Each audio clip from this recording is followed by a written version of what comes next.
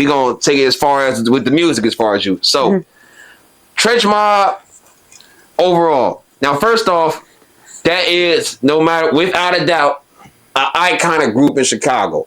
If I mean, Chicago should tell you that. And around the time it was songs like Check That did 100,000 views, and that song still gets played to this day, along with other songs that y'all got.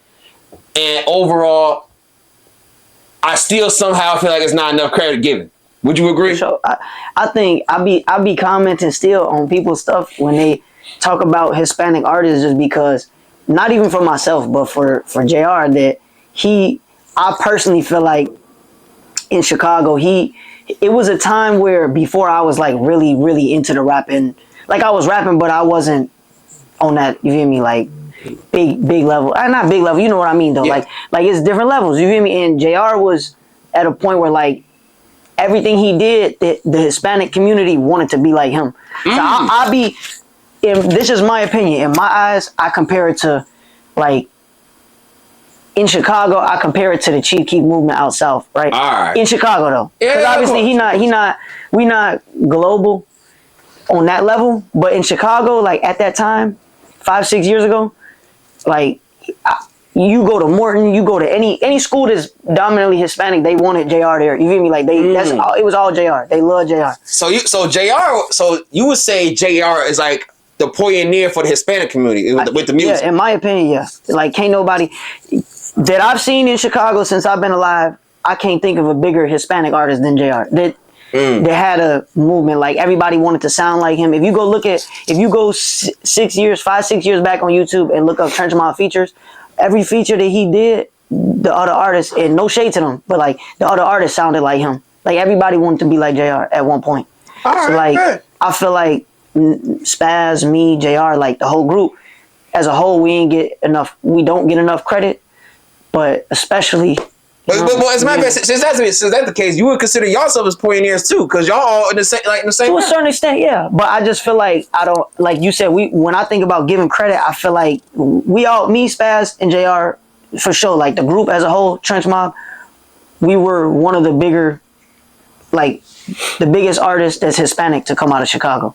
But you feel me? It's not a secret that JR was the big. You feel me? He was the man for that. You feel me? When we had our big run, Tweakers doing 7 million, 8 million, other something like doing 100,000 in a day. It was, you feel me? JR was the front runner for that. You feel me? He was the one behind the scenes putting in all the work, like going hard, like in the studio, staying up all night, and people wanted to be like. People loved him. You feel me?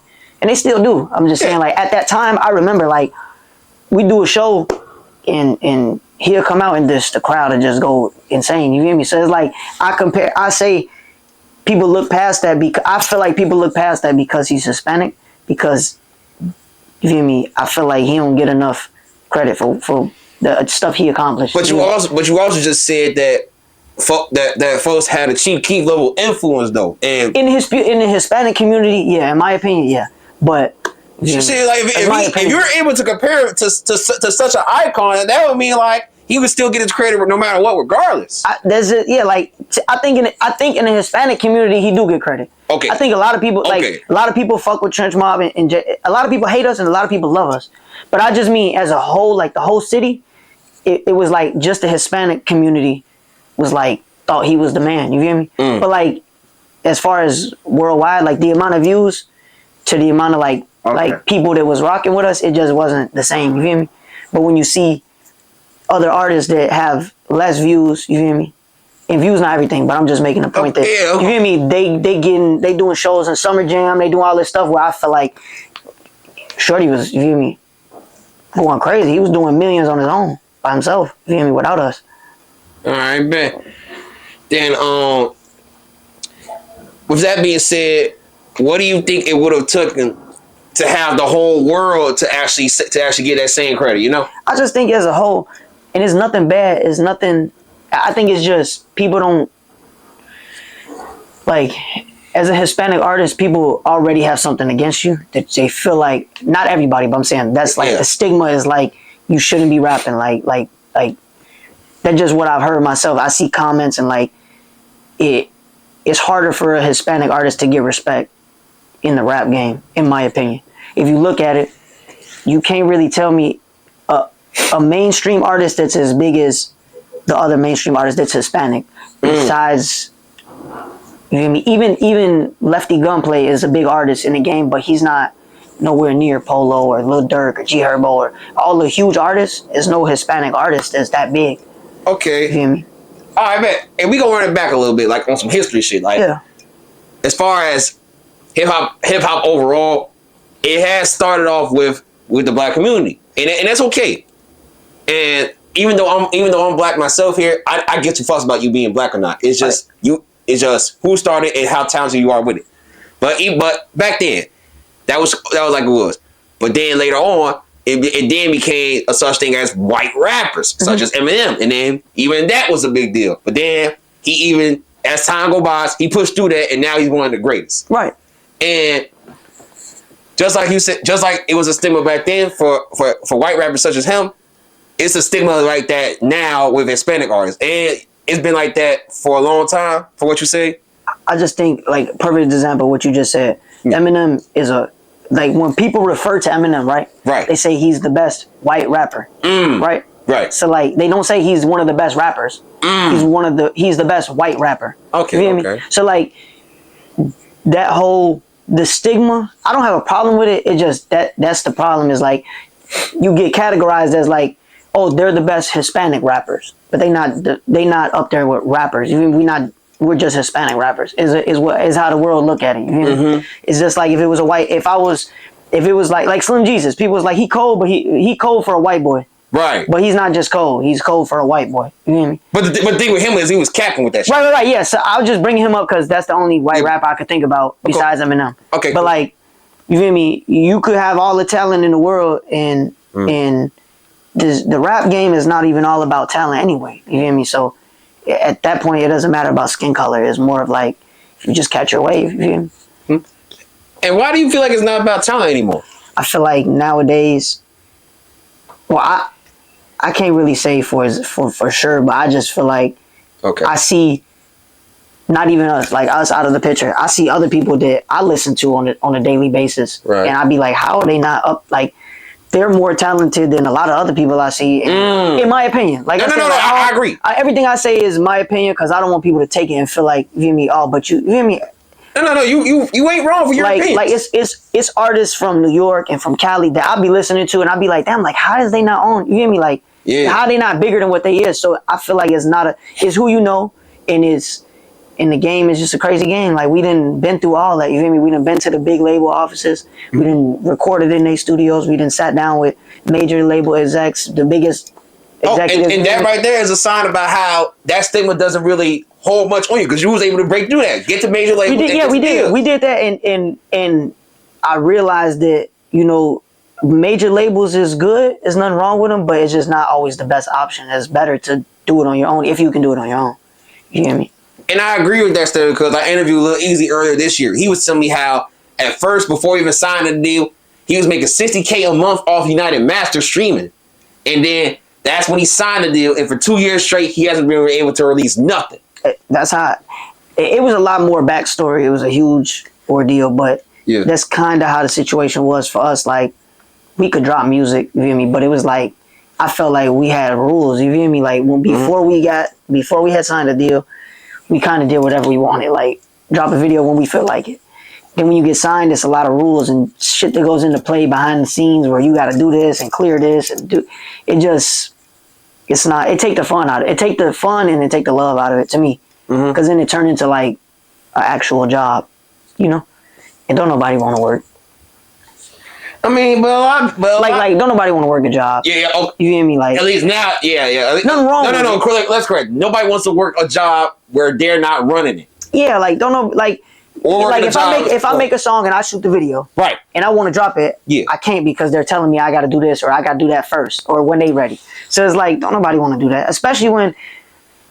Like, let me rephrase what I said. Not that it's not that I didn't want to work, because I believe that the harder you get what you put in. You hear me? Right. You put 100%, you don't get 100%. Yeah. But it was like, we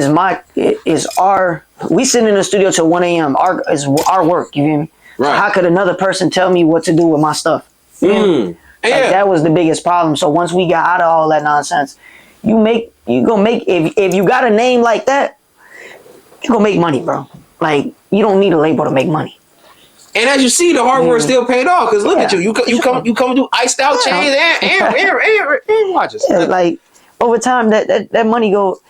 It's a trade off. You either go make a bunch of money up front and you can't do nothing else for a little bit, or you just over time you gonna make your money, bro. Like, that shit gonna come. It's just different ways, different things for different people. But also, coming from you as an artist who was once signed, what was the biggest lessons that you learned out of it? Pretty much what we just said. Like, it's more of like, it just all depends on your deal too. Okay, like, it does depend. And we didn't get dropped. Like, we never got dropped. We had completed what we had to complete and moved on. Like, we didn't sign anything else again after that because we learned what we learned and we were blessed enough to move on from that. Some people don't ever get out of that deal, and if they do, it's like stuff behind the scenes that I don't know about because I wasn't in that situation. So, and I'm glad you guys were able to realize what type of deals y'all signed and was able to get the most out of it because numerous artists that I've interviewed or has done interviews always speaks on how they signed a deal and it went left. But that's also because they don't even know the business themselves. Yeah, like and we knew enough, but not. We just didn't know what to expect. You know, you're young and you get a major. You feel me? Like we never signed like a major like to a huge company like a 360 deal. We never did nothing like that. But you feel me? You learn from like what you go through, you hear me? And that situation taught me that you can make money without having that behind you. That's gonna push you. That label gonna push you clout wise. But if it depends on what you're looking for, you hear me? For sure. As far as deals goes, what would you recommend artists to sign? Like whatever works for them. Literally whatever works for them. Like, because it's too many different outcomes. You feel me? Like, if you looking for the quick way to fame, like if 300 come to you like, oh, you gonna be the top artist. Whoa. They give you a lot of money up front, and you looking to get famous today, tomorrow, and you got the talent and the shit put to the side that you could keep flooding the streets. That might work for you. But if you more don't care about like.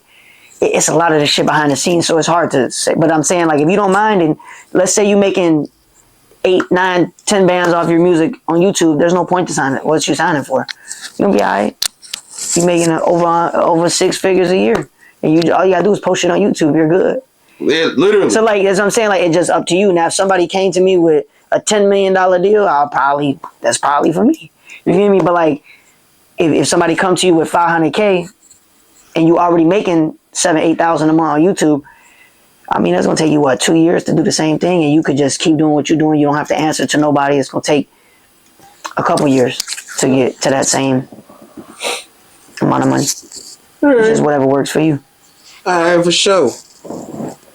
Now, let me ask you this: as far as the music that's coming out from the Hispanic community to Chicago, how much of an influence would you say Hispanic artists that makes either drill music or whatever category you'll put it? How much of an influence would you say it has on the Chicago scene overall? What you mean, like what does the Hispanic music have on the whole? Yeah, on the whole city music, because Chicago overall, the music that we put out influences the whole world, right? We big in Chicago to our own eyes, but we're also big in other cities. So as far as Chicago music from the Hispanic community to the rest of the world, how much of an influence we say it has on the rest of the world? I think not just Chicago, but the whole music game always has waves, right? Right. Like, remember when Lil Baby first came out? Right. It was all about the guitar beats. Like the guitar, like Roddy Ricch, Lil Baby, Gunna, like it was all that type of music. If you listen to, you know what I'm talking about. It's all I was just saucy, melodic, like rap, but it was like guitars and piano. Now it's more drill for the most part. So I think every city kind of follows a wave, but they all have their own style. You know what I mean? Mm-hmm. Like New York is always gonna be not always, but New York has always sounded like that while we've been alive. Chicago always had that gritty like drill music, but it didn't. Is New York drill and Chicago drill is different. It sounds different. Mm-hmm. Texas got their own thing. Florida got their own sound. Chicago Wave, what's your message to the youth? There's a million things I could say to them, but if there's one thing that they need to know that I feel like they should know, I'm here for them.